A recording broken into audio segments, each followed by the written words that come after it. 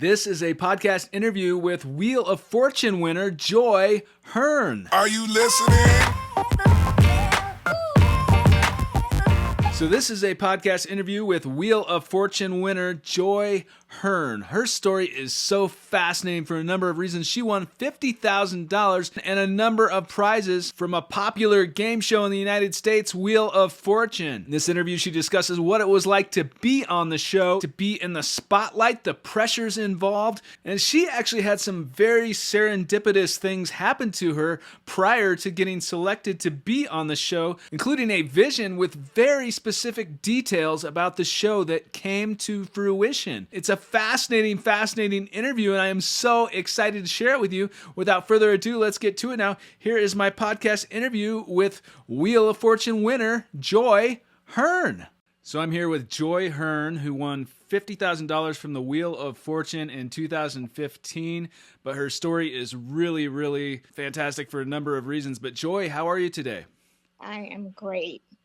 It was actually over 50,000. So in total, it was 56,000, just putting it out there. With everything combined with the prizes, it was, I think, like 63,250. But the cash winning, yeah. Wow. Well, nothing wrong with a higher prize. That's incredible. Well, congratulations. And that wasn't too long ago, 2015, but I have so many questions about what it was like to be on Wheel of Fortune, and the backstory of this win is very interesting as well. We want to get to that in a minute, but how did this happen? How did you win these prizes? It's really, I still get chills when I talk about it. It was just a regular day. My husband and I, we have a routine when we come home. Our decompressing is to turn on the TV and watch game shows. So we've been married, next year will be 20 years.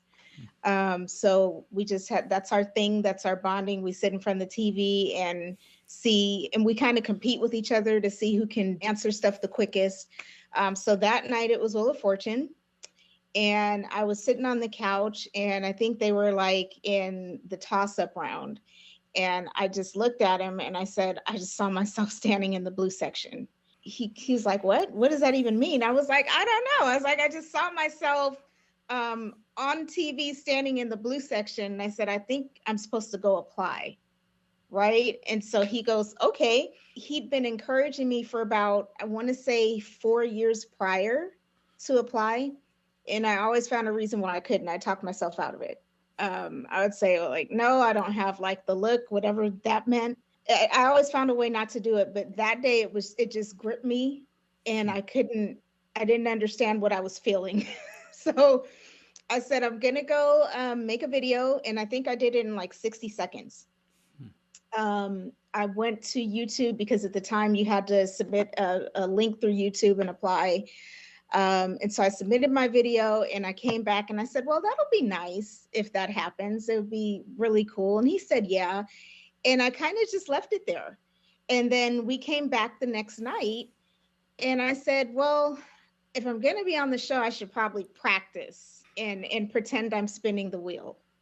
So I would stand in front of the TV and extend my arm and spin the wheel and practice yelling out letters, practice categories. And it seemed really silly because he would laugh at me. 3 to 4 weeks after that, I was sitting at work, and there was a power outage in my building.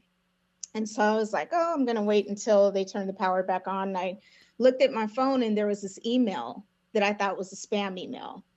And I was like, oh, this is the Wheel of Fortune email. I was like, oh, well, maybe they're telling me about a special show that's coming on within the week that I want to tune into and watch, right? And the email said, we want you. And I was like, what does that mean?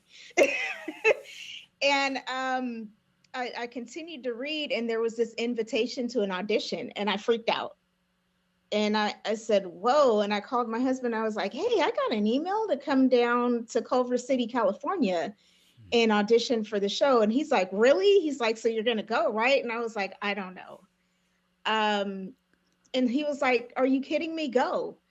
And so I said, okay. So there was a horrible train accident that day. There's a commuter train that derailed, and all these people died. And it affected my route to come down to the audition. So I got up Usually where we live, it takes about maybe an hour to get down to Los Angeles area, Culver City. So I got up and I told myself, I said, well, it's 7:30. I'm supposed to be there at 10. I'm going to leave at 7:45 to give myself just enough time just in case anything happens. So I'm cruising, and then lo and behold, we come to a standstill, and my navigation tells me that I'm not going to get there until 11 o'clock. And so I called my husband and I cried and I said, this just isn't for me. There's a train accident. I'm looking at the news on my phone. There's all this stuff going around. I was like, you know what? The next exit, I'm just going to come home because I'm going to be so late. It's not even going to be worth it. And he tells me, he was like, you know what? I'm not trying to tell you what to do. I'm not trying to tell you to break the law, but you need to get there. You need to find a way to get there. And so he's like, you've wanted this for so long. He was like, you know, you had this vision and you went and applied. You should really go for it. And so I sat there and I hung up the phone with him and I sat there and I was like, well, what should I do?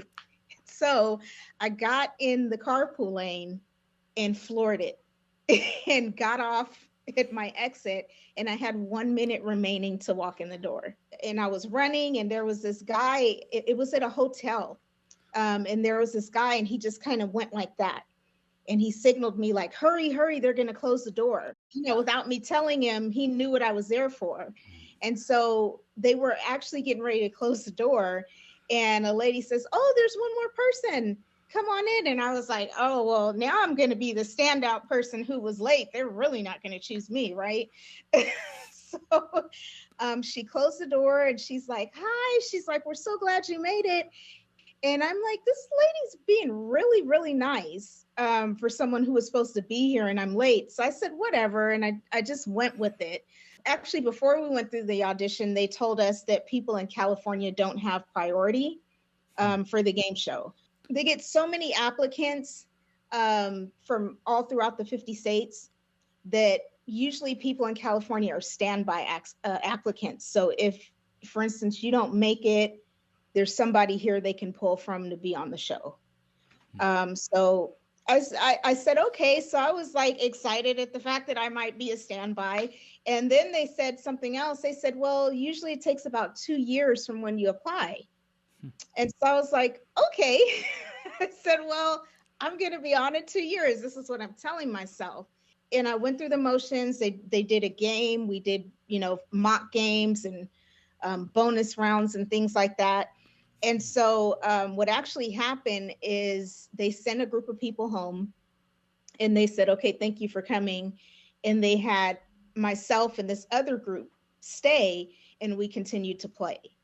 And so we took a break and I texted my husband. I was like, hey, I'm still here. And he's like, what does that mean? I'm like, I don't know.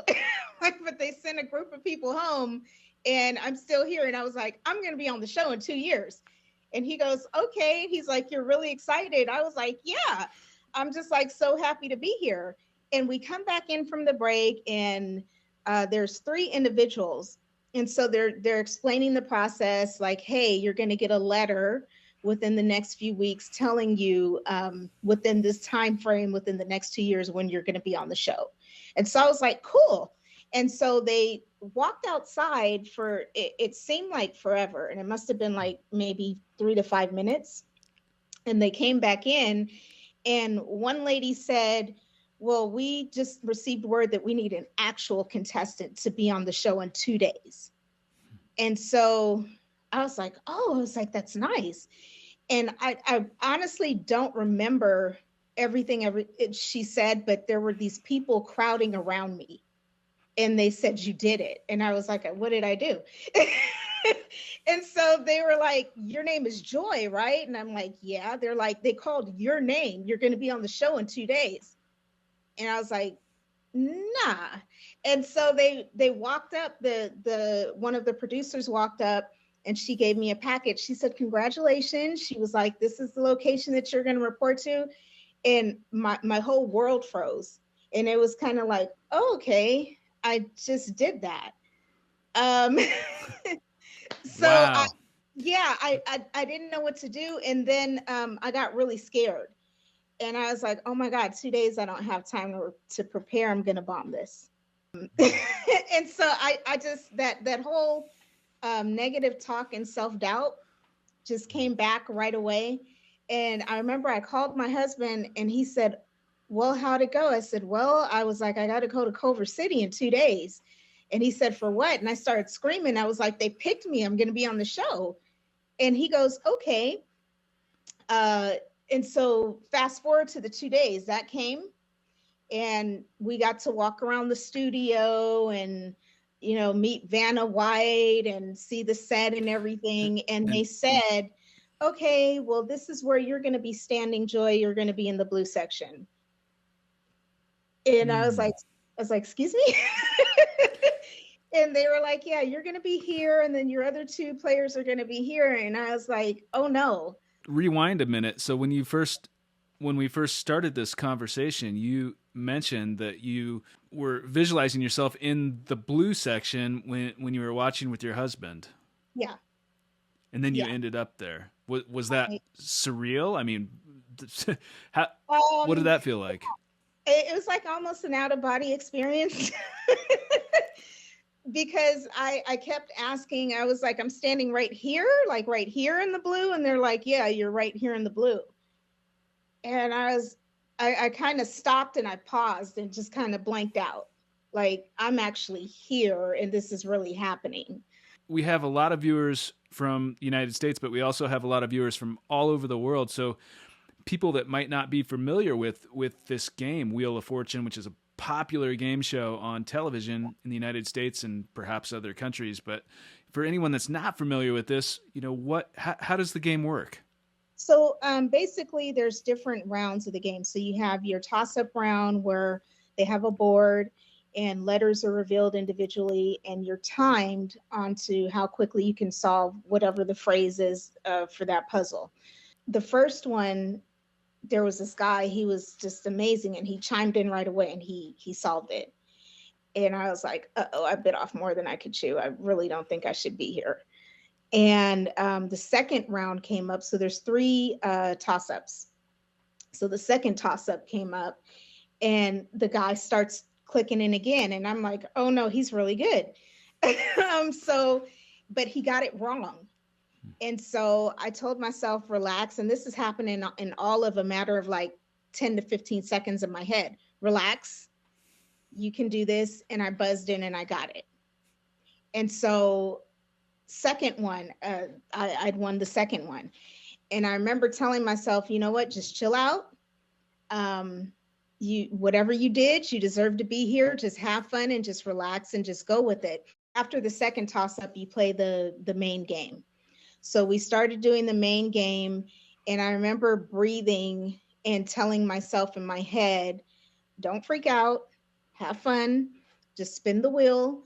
You spin the wheel and you land on different amounts and you call out the letters, just have fun, do what you've been doing for the last 20 years and it's going to be okay. So you're trying to solve the word puzzle. You're trying to solve the word puzzle. So and they're in different categories like phrases, places, what are you doing, things like that. And I remember spinning and in my head telling myself, breathe. It's okay, just breathe. And the more I did that, the more I started to call out the correct letters. The more I started to take the advantage of the rounds. And I started winning each round.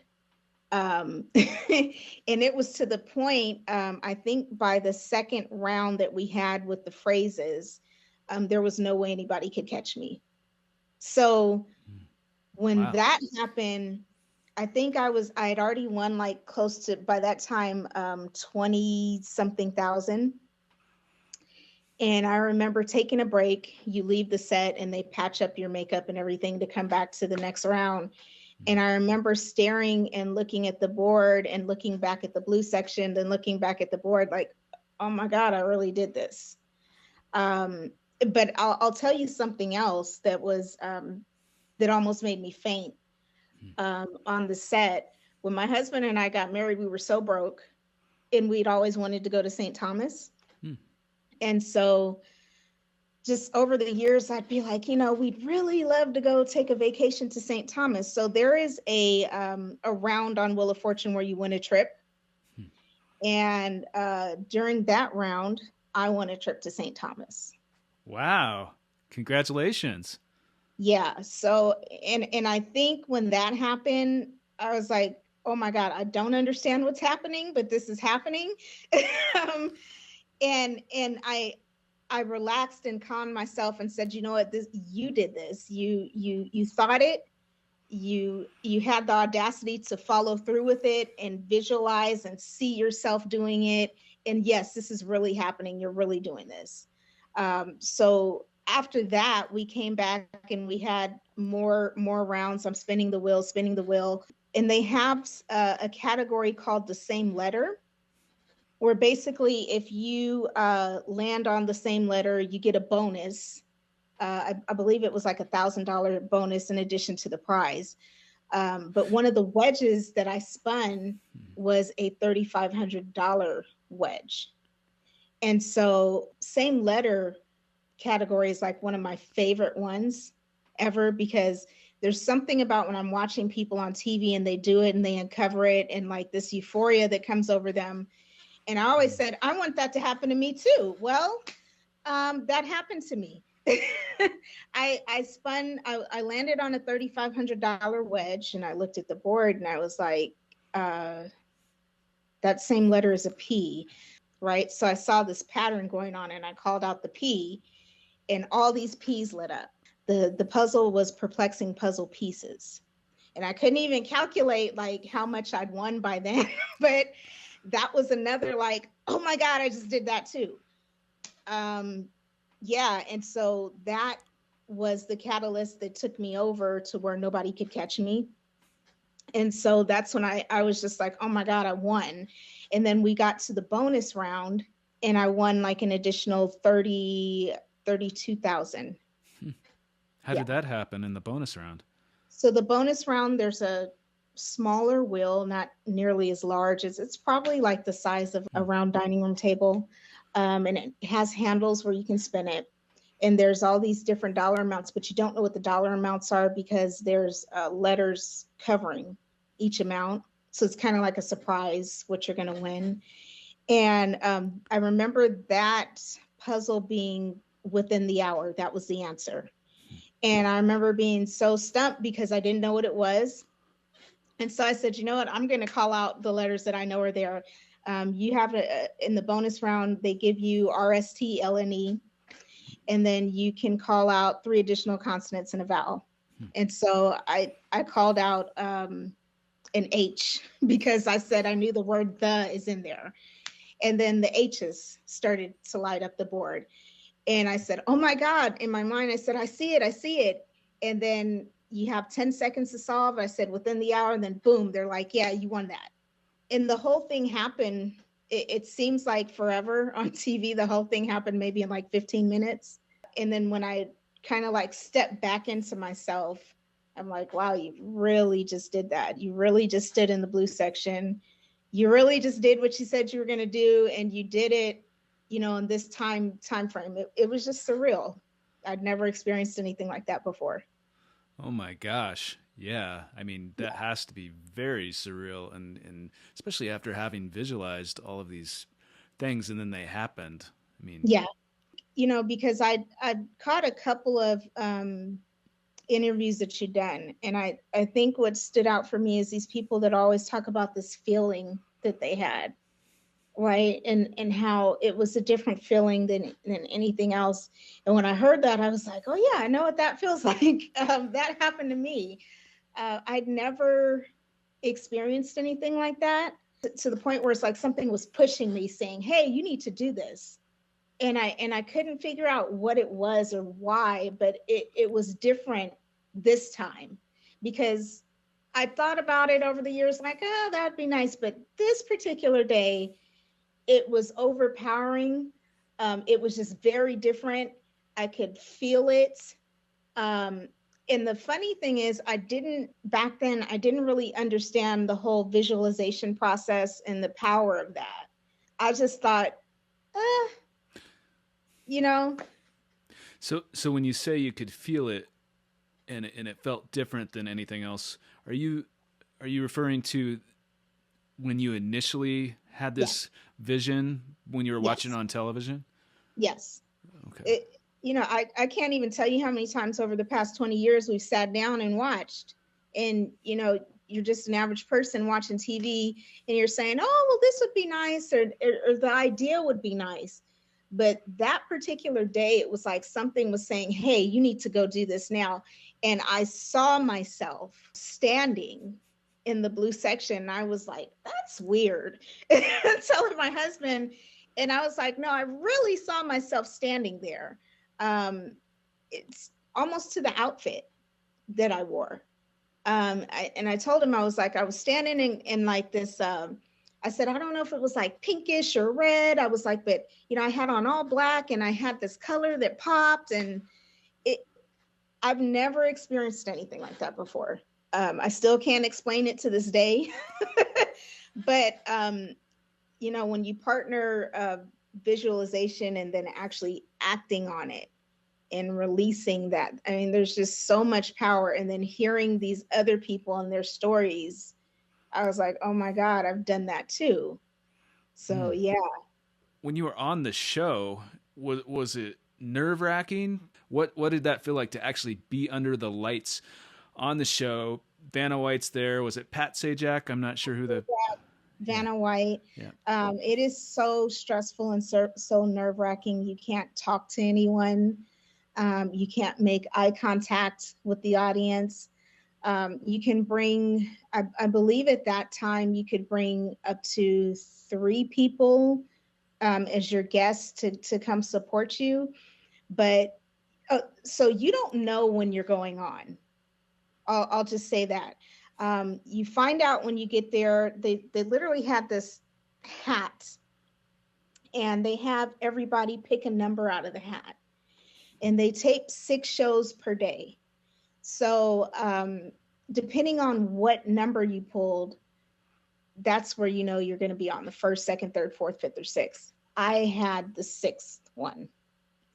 And so you're sitting there, they take you through the process, tell you don't talk to anybody, don't talk to the producers, don't wave at anybody, because we can ask you to leave. And so they have a room where you're secluded from everyone else. You can watch what's happening. You can watch the other contestants play, and they feed you, and you just kind of walk around. You can talk to the contestants, but basically nobody else. And tapings 1 through 3, I was okay. It was just kind of, yeah, I'm here. I'm walking around. Okay, let me eat some snacks. Let me eat some pizza. But then taping number 4 came, and then taping number 5 came. And it was like, oh my God, I'm coming up next. And you're called to go in your spots. And they called me, and I didn't come out. And I remember I was in the restroom about to throw up. Oh, oh my gosh. I was that overwhelmed. And I was thinking like, oh no, like this is really happening. And so this is like really gross. So I told myself, I just smiled to hold it in. But throughout the whole taping, I'm literally just doing this, trying not to let myself throw up. It was that stressful. And I don't think I was okay until that particular round, the same letter round, where I told myself like, okay, nobody can catch me, nobody, that I actually calmed down. But just the thought like, oh, I hope I don't look the wrong way. I hope they don't think I'm trying to talk to anyone. I hope it's a lot. You're happy, you're nervous, there's just so many things going on at once. Could you make eye contact with the other contestants? You couldn't do anything? You can talk to the other contestants. There's actually a section in the audience, kind of like a small section where the game show contestants are, where you can come out and you can watch the contestants, but no loud yelling, no yelling their name or anything like that. You can't do any of that. So I opted to stay in the back in the room that we were at and just watch the monitor, because I was that nervous. I was like, I don't want anybody to think that I'm doing anything. So I stayed back there until they called me. Wow. And what were the other people, the other contestants that were waiting? What were they doing? Were they? There's just, socialization. Where are you from? How long ago did you apply? And that was the thing. When I told people how long did you audition and apply? And I would tell people I auditioned 2 days ago, and it was like a record skipped. Like, huh? Because I'd met people that had applied a year and a half ago, 9 months ago, things like that. And they were like, you did it when? And I'm like, yeah. And they were like, oh. So that was another thing. They were like, well, did you know somebody? And I'm like, no, I didn't know anybody. It just happened. And I told one gentleman, I was like, yeah, I even had a vision that I was standing in the blue section, and he kind of looked at me like, oh, okay. And then he kind of went on about his way, and I was thinking, maybe I should just stop talking and not say anything else. And so I just kind of kept to myself and just stayed in the back until it was my turn.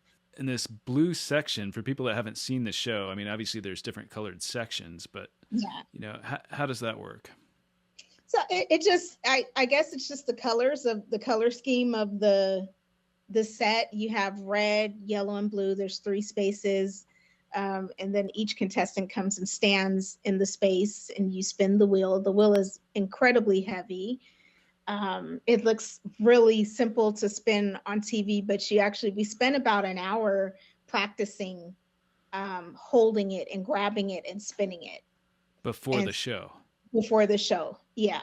Everybody has to practice spinning it, grabbing it, making sure it has a full go around, just making sure that you understand where, and there's they look like little flag pieces, triangular pieces, making sure that you're looking at the right spot where the triangle has landed on for your dollar amount. So yeah, because there's also like a lose a turn wedge and like a bankrupt wedge. So they're just making sure you understand what you're looking at, and what you're doing, things like that. That was actually fun. You get to take pictures of yourself in front of the wheel. So I have a picture of myself grabbing the wheel. That was actually fun, and that didn't feel nerve-wracking. But for some reason, like when my turn came up, I was like, oh no. Yeah, the lights, showtime. Yeah. So what was the difference between what you had visualized and the reality of being there? Or was it similar or different? I mean, how did that compare? Absolutely nothing. There was no difference. The excitement that I felt when I saw myself at home was this exact same feeling that I felt when I was there. I remember when we were in the living room and I saw it, there was this feeling, not only that I was standing there and that I was there, but that I won, that I did it. Right. And so I remember that same feeling after it happened. Oh my God, I did it. It's like, how do you explain that? I still really can't. But there were no differences in the feeling. When I was standing in the living room, it was as though I'd already done it. Was this intentional, or did this just pop in your head, or how did...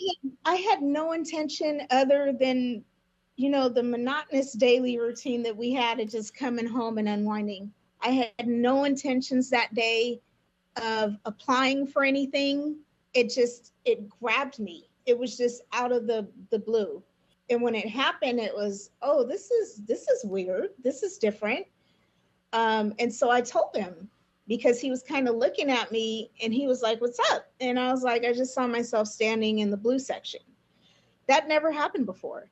Like I said, every night we come home, dinner. Back then our daughter was 2.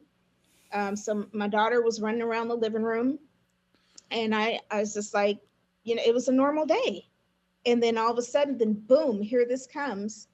And I wasn't really sure what was happening, but I was like, maybe I should act on this. And were your eyes open, and this is just something you saw in your imagination? My eyes were completely open. We were watching the show.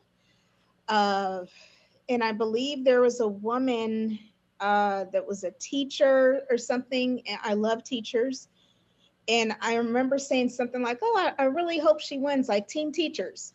And then boom, here this comes. And I'm like, "Oh, what was that?" So when the commercial break came, I told him, I was like, "Oh, maybe I should just go fill out the application and apply." And I think at that time, what was really weird is because for years I thought there was going to be this lengthy process, and there was only like, "Oh, just submit your YouTube and make it no longer than a minute." And I was like, "Oh, this is easy." And so I did it, came right back in the living room, and we picked up where we left off. So Wow. yeah. What did you have to say on that audition tape?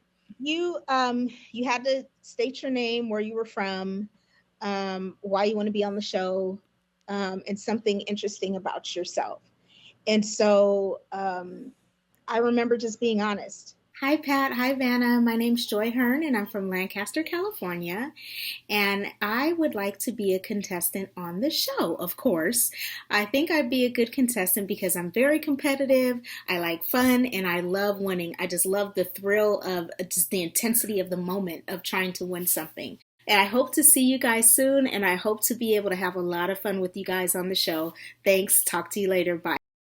And I remember thinking like, people probably have like better tapes or said something really elaborate, and they're probably I did not expect to receive an email saying like, "Hey, come down," because I thought what I said was so boring and so typical that no, they're not going to call me. But they did. But they did. What was Vanna White like, and the host? I remember I walked past her and I didn't know it was her. And she came in, and she was so pleasant and so sweet. And she was telling people, "Hey, pay attention to the game, pay attention to the board, take your time." And you always hear this this belief that celebrities are kind of cocky, but she was very, very sweet and just walked up to everyone and said, "I really hope that you win." And I remember thinking like, "Well, why would you want me to win?" This is just still, crazy stuff. But she said, "I really hope that you guys win and do well." And after, I don't know if you watch the show, but after the show is over, there's a section that you can see when the credits are rolling, when people are on stage talking to Pat and Vanna. It's like you go off in a section and you talk to them. And I remember Pat saying, "That was really incredible." And I said, "Well, thank you." Yeah. Wow. He said that was really incredible. Like, honestly, like, really, you did great. Nobody could touch you. And I said, "Well, yeah." And I said, I was just so nervous because I said, "I only auditioned 2 days ago." And they both looked at me, and he said, "Well," he said, "you obviously deserve to be here." And that was it. That's really, really incredible. Yeah. With your vision that you had about this, where do you think that came from? There are people that believe that there is some quantum physicists will say there is no time, where things have already happened, and some people think you can, therefore tap into the future. Other people believe that you can manifest this through the subconscious mind, and they're really into that sort of thing. What is your opinion? Where do you think this? I absolutely believe both. This is something that has been happening that I never really paid attention to. And there's just little things, and it happens to everyone. I remember being younger and thinking about wanting to really go to Disneyland, and never having enough time, never verbalized it. My dad was an aerospace engineer, so he was always gone. He was always out of the country. And I remember thinking to myself as a little girl one time, the first time that this actually happened, that I was standing next to Minnie Mouse and smiling, and how I really wanted to go.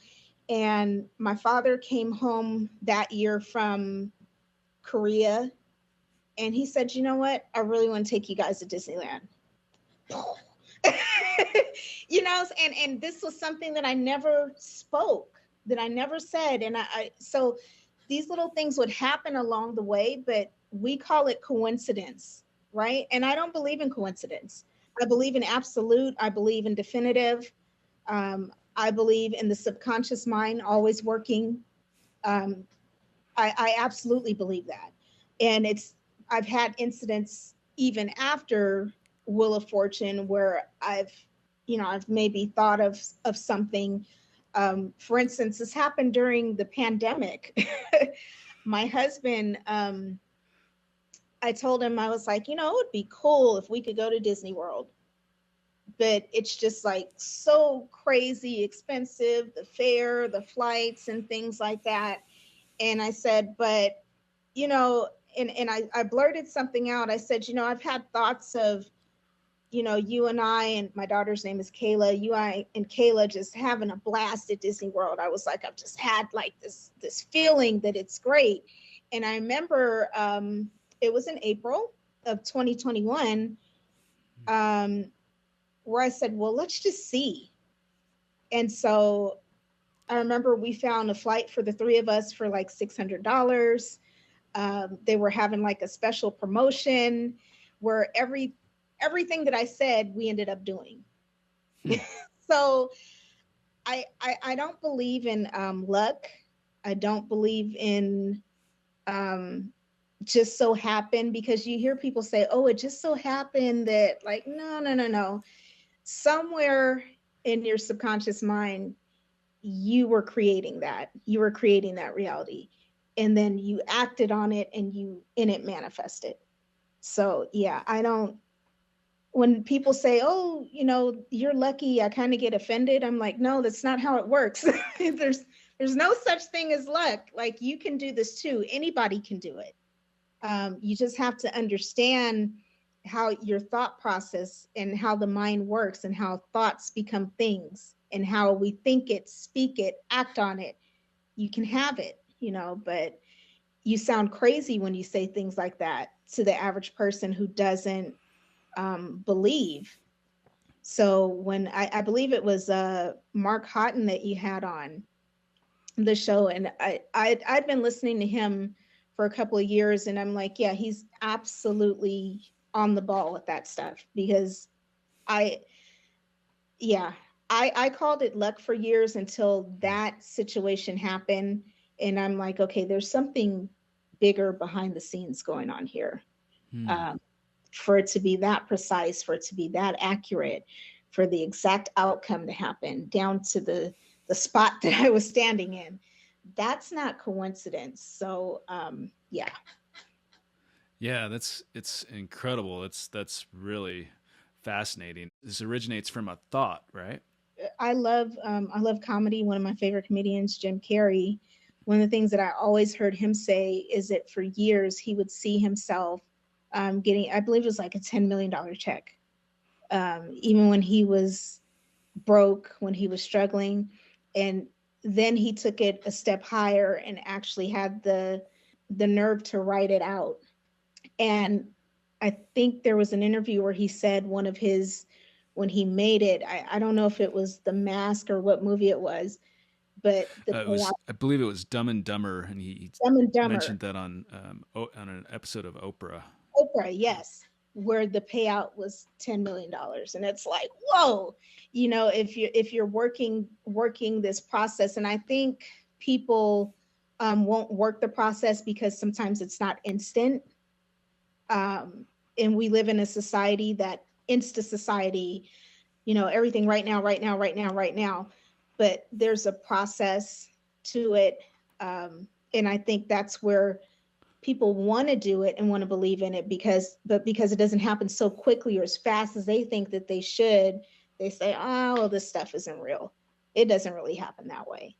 So what is the process? I mean, if you were to tell someone that isn't even, that wants to get into this, what is the process? I always tell people that it's not enough to think it. Visualization is great, but you have to take it a step forward and actually work the manifestation, so to speak. So when I said I would get in front of the TV and I would practice spinning the wheel, I had no idea that you had to go to the studio and practice spinning the wheel, right? But this is what I would do. And I would look funny, and my husband would laugh at me, and I would say, no, no, no, this is what I have to do. This is what I didn't even know that's what I had to do. But I knew that I had to work the process. I knew that I just sitting and thinking and sitting and looking at it, that wasn't enough. I've heard so many lottery winners, right? Where they said, I always knew I would win. I visualized winning, but I had to actually get out and play. I had to actually be consistent. I had to keep working the process. So it's not enough just to believe, but consistency in working out that process until you get to the goal. That's the secret, I guess, or the method for me. Because you have a lot of people that say, oh, I created a vision board, or, oh, I created this. And I'm like, okay, well, that's great. You created it. What are you doing to see this through? And some people can't answer that for you, right? There's this misconception that if they just keep thinking about it and thinking about it. When we came here in the home that I live in now, I had actually done that process without fully realizing what I had done. Because at the time, what do you mean? The house we live in now, I visualized it. My husband and I were so unhappy. We were in a condominium that we had bought. There were these crazy people. And so I remember sitting at night, closing my eyes and visualizing a 3-bedroom, 2-bath home. I wanted a backyard that was enough to have people in, but not large, that I had to spend a lot of money in maintaining. I wanted it to have all these things. I wanted it to have like a jacuzzi tub in the master bathroom. That wasn't enough, me thinking about it. I would actually write the things down that I wanted, right? And so I can't explain it then, but I remember telling my husband before we moved, I think we should try and move. I think we should sell this place, and I think we should try and move. And I remember looking at homes and saying, that's not it, that's not it, that's not it. And we came here and I said, this is it. Right? But had I not written down the things that I wanted, had I not acted on, that feeling when it said it's time to go, I wouldn't be here. So following your gut instinct as well, your intuition. Yeah. Mm-hmm. And I believe, people, universe, God, whatever you want to call it, something's always speaking to us. And we call it feelings, hunches, things like that. But there's something that is always, we have our own set of desires. And I believe that, whoever created us knows those desires. And, there's all these doctrines and whatever you believe in, it's consistent along the way that the Creator wants you to live abundantly, peacefully, happily. And so I think people need to accept that it's okay for you to have nice things.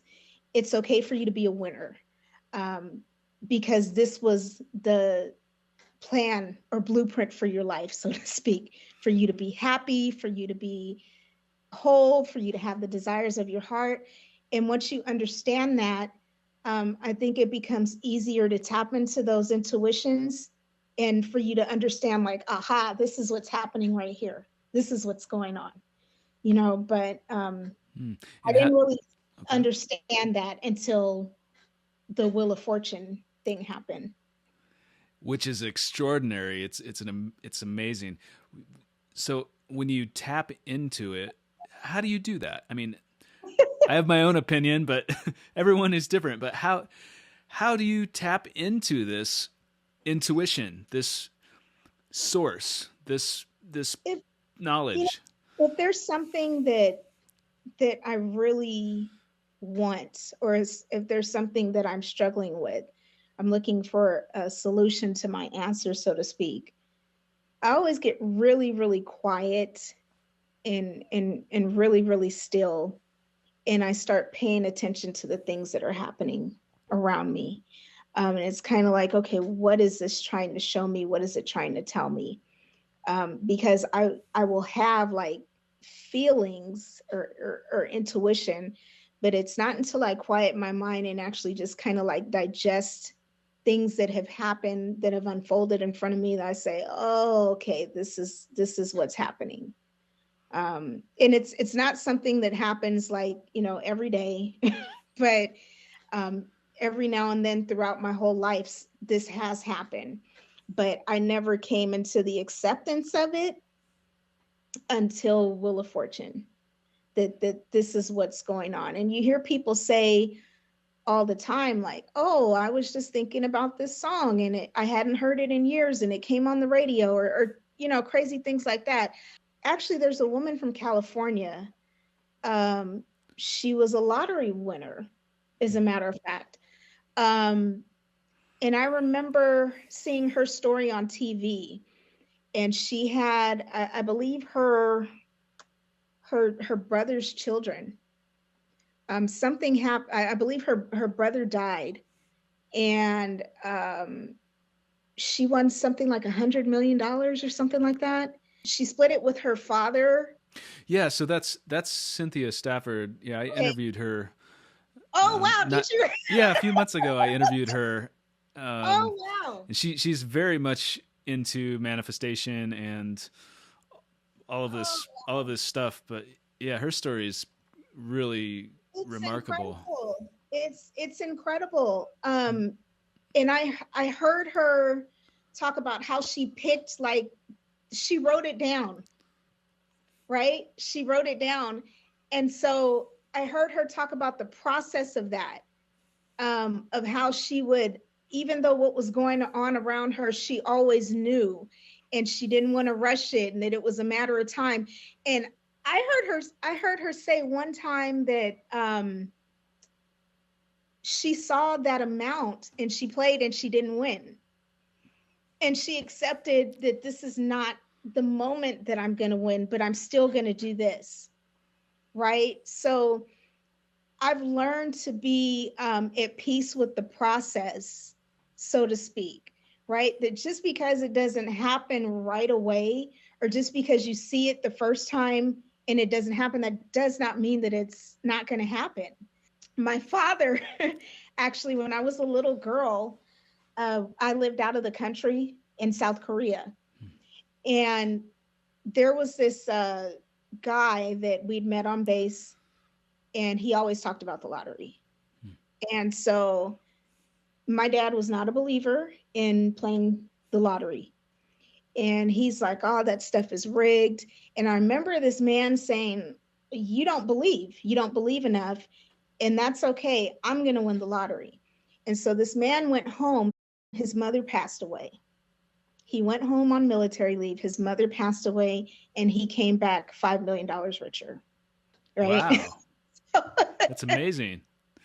So yeah, so from that point on, and there's these little hints and examples that you hear with other people's stories to help you work your own process. And I'm a believer of that we have to share our stories in our situations to help people along their process to work theirs out.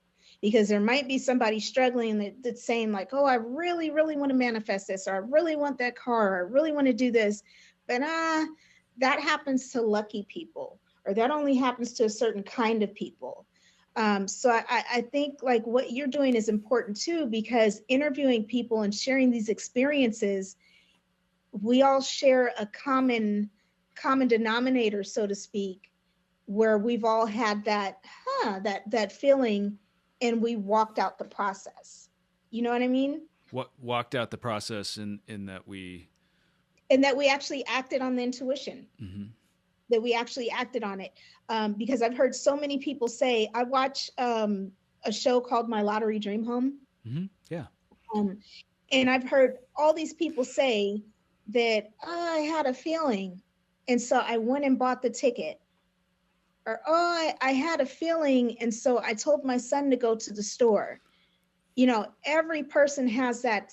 We're all sharing that same. We had the thought, we had the intuition, and we acted on it.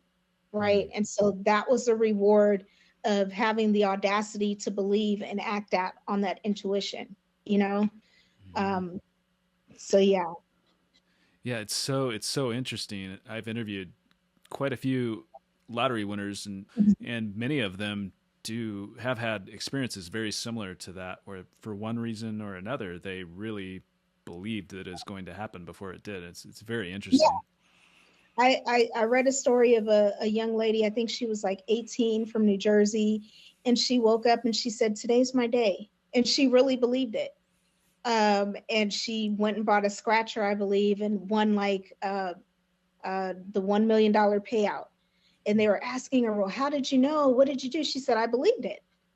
And there's this overpowering belief that I've heard with these stories, that people are just going on about their day, and here comes intuition whispering, saying, "Hey, today's your day," and it happens.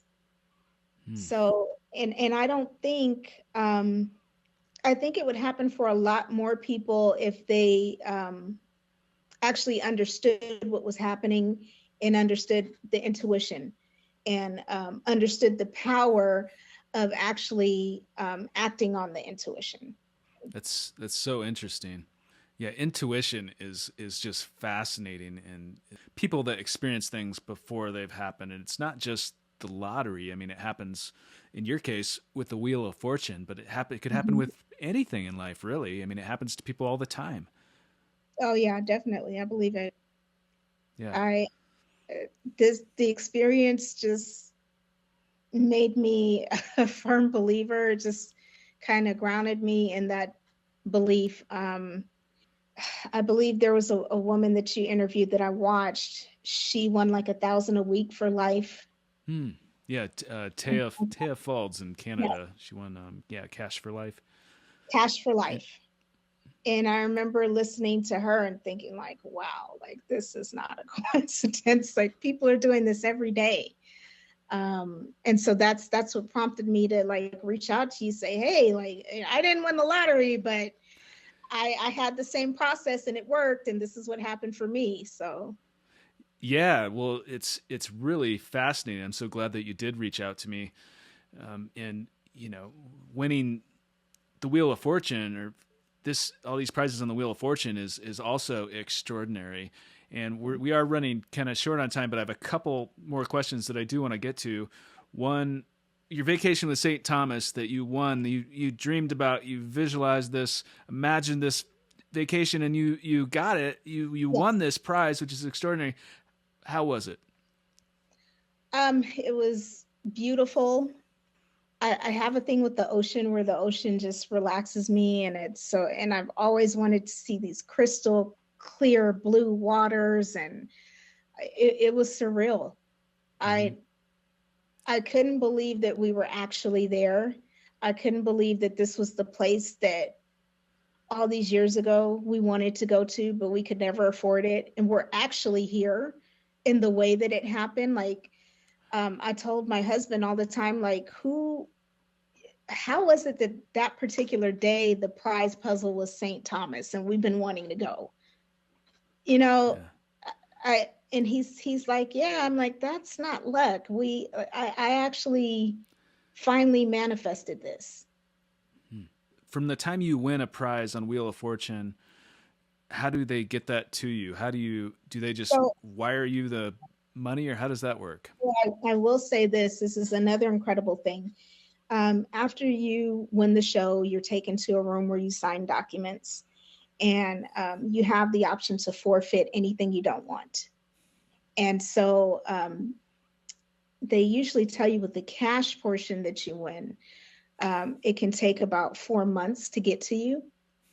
And they mail a check, and then they tell you someone will contact you from the producer's office and ask you what dates. You have to travel within a year of winning if you've won a vacation.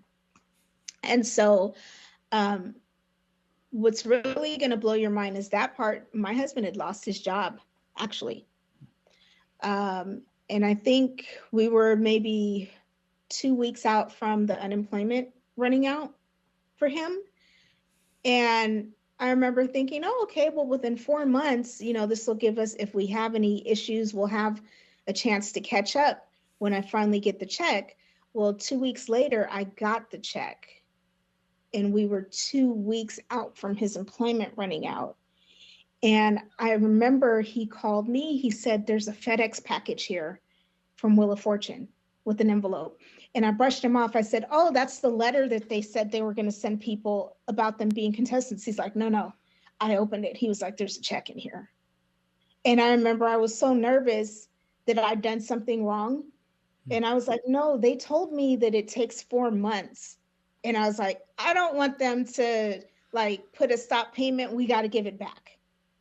And so I called, and the producer was like, no, Joy Hearn, they gave authorization for us to pay you now. So, wow, that's impeccable timing. That's yeah. amazing. Wow. Yeah. So any other circumstance, I'm told it takes months, but that didn't happen for me either. So, and we decided for our St. Thomas trip, I was like, okay, for our anniversary, let's go to St. Thomas. And that's what we did. Wow. Yeah. Well, congratulations again. That's extraordinary. Thank you. What advice do you have for someone that hopes to get on Wheel of Fortune? Believe that you deserve to be there. Believe that you're worthy of your desires, because that was my issue.